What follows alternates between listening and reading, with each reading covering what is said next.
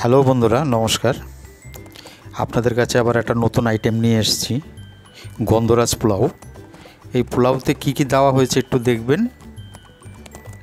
আর চিকেনটা আমি পরে দেব, চিকেনটাও এর সঙ্গে, চিকেনটাও খুব ভালো লাগে। এরপরেই আমি চিকেনের রেসিপিটা দেব। এবার দেখুন পোলাওতে কি কি দেওয়া হয়েছে। এখানে আছে আমন্ড বাদাম, আর রয়েছে কিশমিশ, এটা রয়েছে গরম মশলা, এটা হচ্ছে গন্ধরাজ লেবু। এই লেবুটাকে পুরো এই ঘষে ঘষে এই সবুজ ভাবটাকে তুলে দিতে হবে ভাতের মধ্যে, চালের মধ্যে দিয়ে দিয়েছি। এবার দিলাম ননস্টিকে ঘি। এবার গরম মশলাটাকে একটু ভেজে নিতে হবে। তারপরে দিয়ে দিলাম আমন্ড বাদাম। এবার দিয়ে দিলাম চালটাকে একটু ফ্রাই করে নিতে হবে।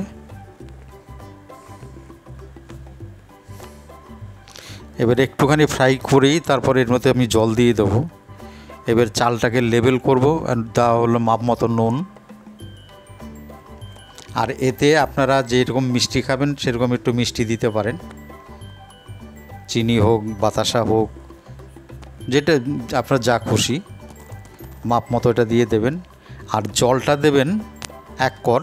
চালটাকে লেবেল করে নিতে হবে, নিয়ে আঙুল ডুবিয়ে জলটা দিতে হবে 1 কর। চালটা কিন্তু বাসমতি চাল, সেই বুঝেই আপনি জলটা দেবেন।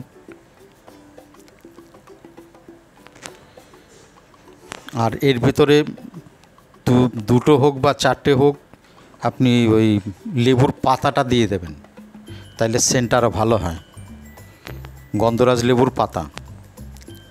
তারপরে এবার গন্ধরাজ লেবুর রসটা আমি দিয়ে দিচ্ছি উপর দিয়ে।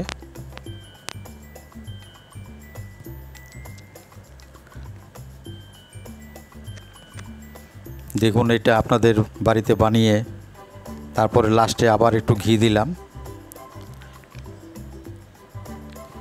এবার এটা রেডি হয়ে গেছে। এটা আপনি মাছ দিয়েও খেতে পারেন, চিকেন দিয়েও খেতে পারেন। চিকেনের রেসিপিটা আমি পরে দেবো।